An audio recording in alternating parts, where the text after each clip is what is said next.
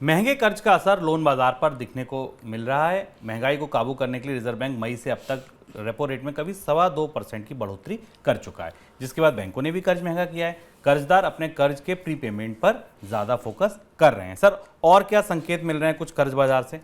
कर्ज बाजार से ये पहली ऐसी खबर है जिसको थोड़ा ध्यान से और करीब से पढ़ा जाना चाहिए और देखा जाना चाहिए।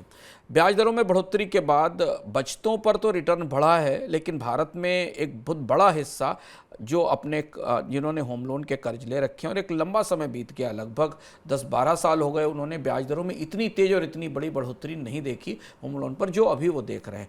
सबसे महत्वपूर्ण ट्रेंड तो ये है कि लोग या तो अपने लोन ट्रांसफ़र कर रहे हैं जहां उन्हें थोड़े कम रियायत के ऑप्शंस मिल रहे हैं बैंकों में, हालांकि इसको लेकर बैंकों में थोड़ी प्रतिस्पर्धा भी चल रही है। दूसरा ये कि लोग प्रीपेमेंट कर रहे हैं लोन का। हम लोग भी मनी सेंट्रल में और इकोनॉमिक में लगातार चर्चा करते रहे हैं कि यदि कर्ज ब्याज दरें बढ़ रही हैं तो ये समझदारी की बात है कि अगर आपके पास अतिरिक्त पैसा है तो सबसे पहले आप अपना कर्ज वापस कर दीजिए, क्योंकि उसकी लागत ऊंची होने वाली है। यहाँ से एक और चीज़ जानना ज़रूरी है कि भारतीय अर्थव्यवस्था में जो अभी ताज़े आंकड़े आए हैं वो भी इस रोशनी में देखे जा सकते हैं, क्योंकि भारत में बहुत कम लोग कर्ज लेने की स्थिति में है। शुभम, हमने अपने मनी 9 के पर्सनल फाइनेंस सर्वे में पाया था कि अधिकांश लोगों की तो इनकम ही कर्ज के लायक नहीं है।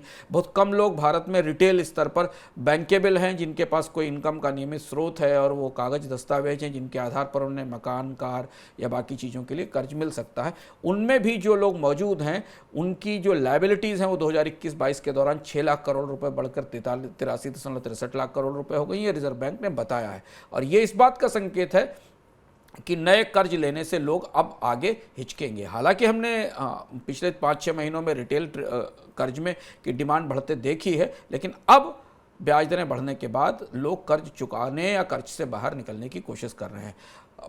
व्यक्तिगत अर्थव्यवस्थाओं के लिए, इंडिविजुअल पारिवारिक इकोनॉमीज़ के लिए, फैमिली इकोनॉमीज़ के लिए तो ये समझदारी भरा संकेत है, लेकिन यहाँ से हाउसिंग बाजार के लिए अच्छे संकेत नहीं निकल रहे हैं, क्योंकि पुराने ग्राहक अगर अपने लोन वापस कर रहे हैं और नए ग्राहक बाजार में नहीं आ रहे हैं तो हाउसिंग सेक्टर में मांग और डिमांड पर एक बड़ा असर हमें आने वाले समय में दिखेगा।